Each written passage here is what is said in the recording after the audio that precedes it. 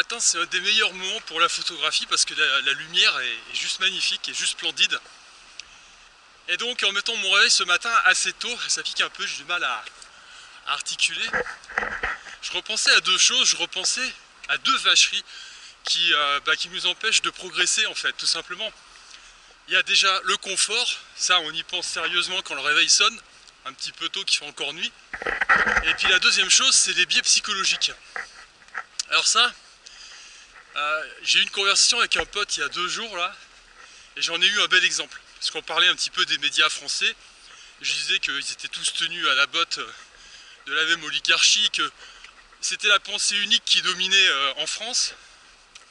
Et il me dit ouais mais c'est partout pareil. Alors je dis bah non, aux États-Unis c'est pas la même chose. Il dit mais si, c'est exactement la même chose, regarde, Trump a été élu grâce à Fox News.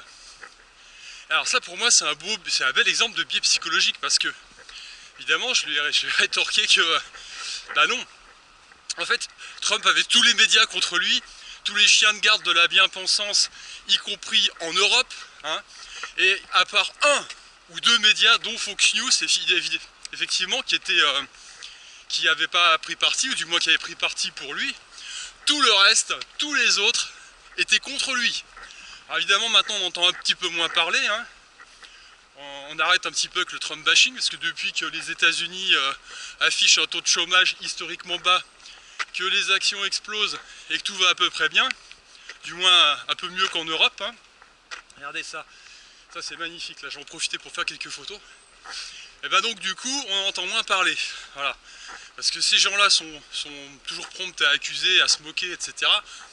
Mais quand il y a plus, quand le vent ne tourne plus dans leur sens, on les entend un petit peu moins. Donc ça c'est un exemple de biais psychologique. Et la façon d'aborder un même événement en fait. Vous pouvez dire bah ouais, tous les médias sont contre lui, il n'y en a qu'un qui est avec lui. Et là mon pote lui avait l'autre biais psychologique de dire tout simplement bah non, il a été élu grâce à ce média. Ce qui est complètement tout à fait autre chose. Donc quand vous êtes en train d'analyser votre propre vie, faites attention à ces biais psychologiques parce qu'ils vont jouer en votre défaveur. Et de quelle façon? Bah tout simplement, vos biais psychologiques vont jouer dans le sens de votre confort, tout simplement. C'est-à-dire, vous allez mettre en place tout un système de défense pour préserver vos petits acquis, votre petit confort, en clair, pour ne rien changer d'un iota dans votre vie. Alors maintenant, il y a autre chose, hein. Comment c'est qu'il faut changer quelque chose dans sa vie? Bah c'est simple, hein. En général, on a des signes.